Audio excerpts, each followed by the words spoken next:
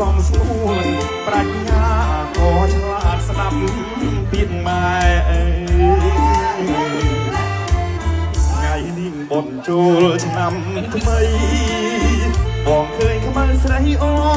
នរៀបចំផ្ទះបោះរៀនទេវតាដាំការថ្វាយព្រះដាំស្លរូនរះជូនម្ដាយទៅវត្តបងឃើញខ្មៅពូនភ្នំសាច់រួចអូនដាំបាតបងទឹកស្រង់ព្រះជូនឃើញបងញញឹមសែនស្រស់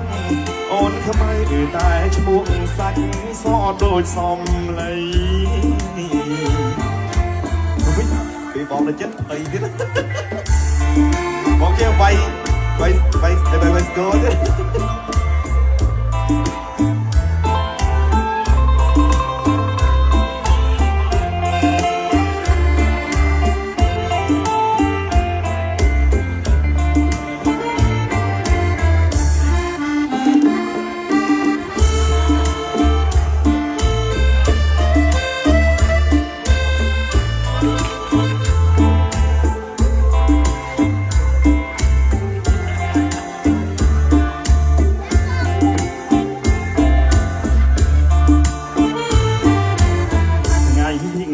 ចូលឆ្នាំថ្មីបងឃើញខ្មៅស្រីអូនរៀបចំផ្ទះបោះរៀនទេវតា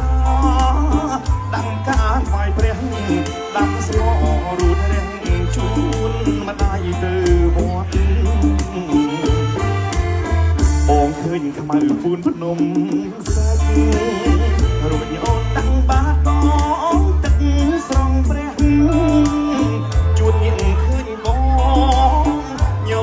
សែនស្រស់អូនខ្មៅតែឈ្មោះសាច់សដូចសំដី